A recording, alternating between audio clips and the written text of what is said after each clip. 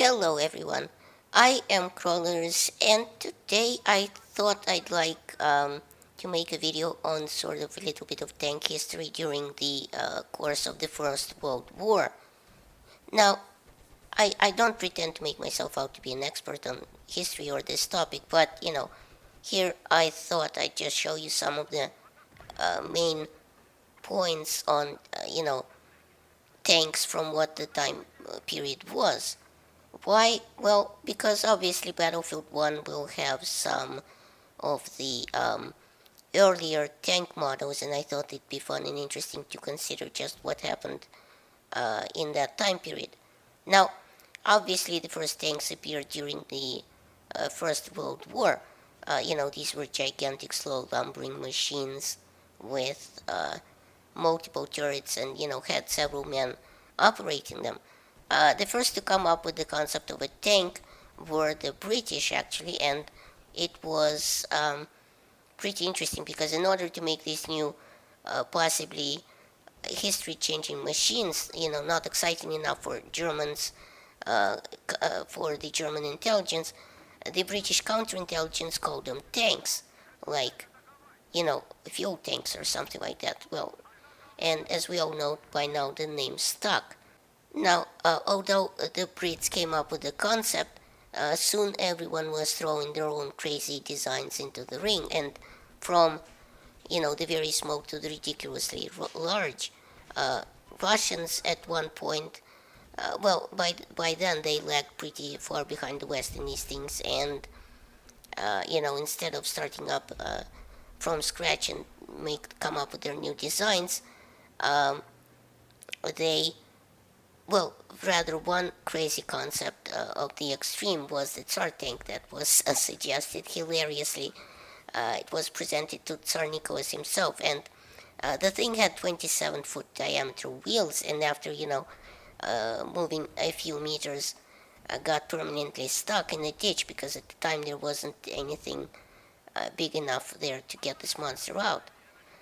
Russians did purchase a bunch of Renault FT tanks from the French because, you know, later even manufacturing them themselves under license, I believe, and using them in the Revolutionary War. But arguably the best purchase that they made later on was the chassis, the suspension that was made by an American engineer named Christie, which was this incredibly speedy and maneuverable for the time. It increased the tank's speed like, 3 times, which was obviously taken advantage of when building arguably the best tank at the time, the T-34.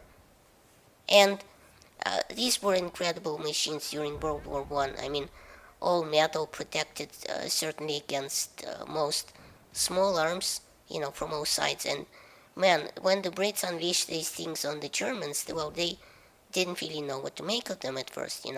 I mean, um, here you had this huge metal beast rolling at you non-stop, spewing smoke everywhere.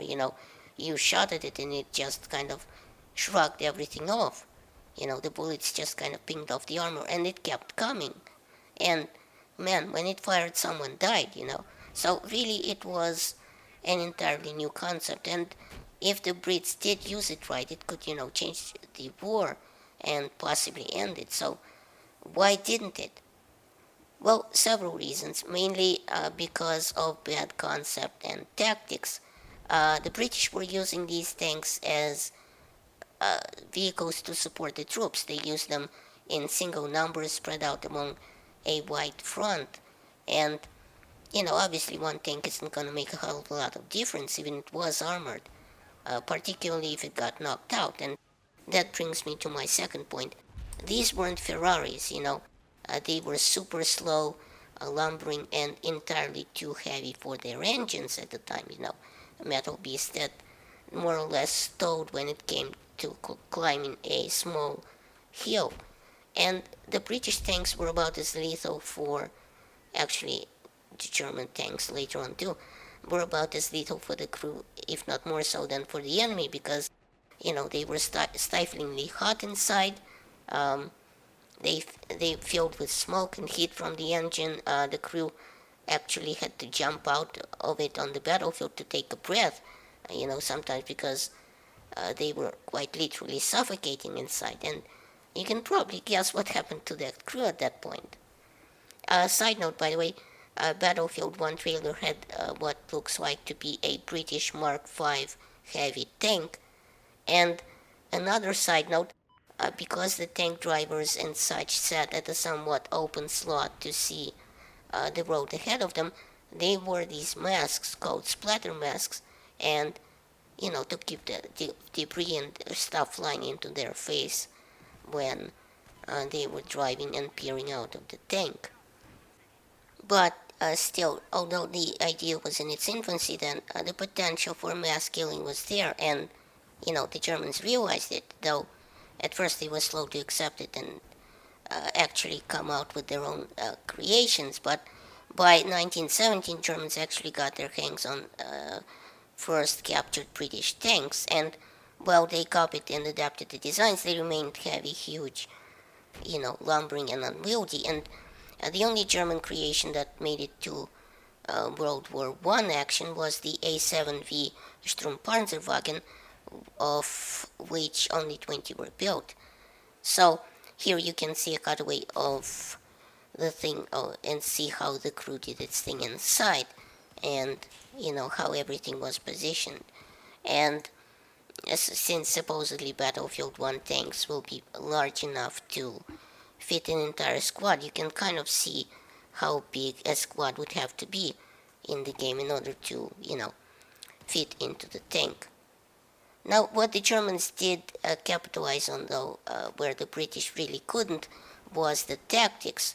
The Germans saw that the ineffectual use of tanks by the British in World War I, and understood that the tanks could not be used in a single numbers, far spread out from each other over the battlefield as, troop support vehicles, that they could be used as an attack vehicle of their own.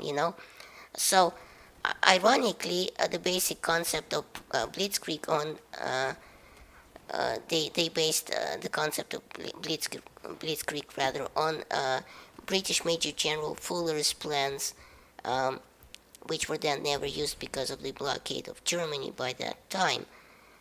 But Germans surely made use of it. After World War I, Germans had 20 years to refine those tactics and eventually shoved these newly created machines up the road's collective anus in Poland and France and other countries later on.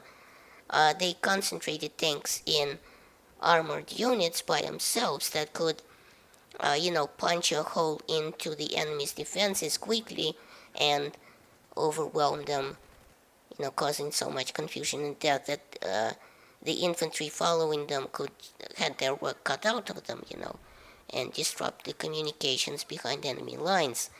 Needless to say, these tactics worked. So thanks for watching. Please rate and share this video as it helps my channel grow. Check out my other videos at the end of this one, and remember, in Soviet Russia, YouTube subscribes you.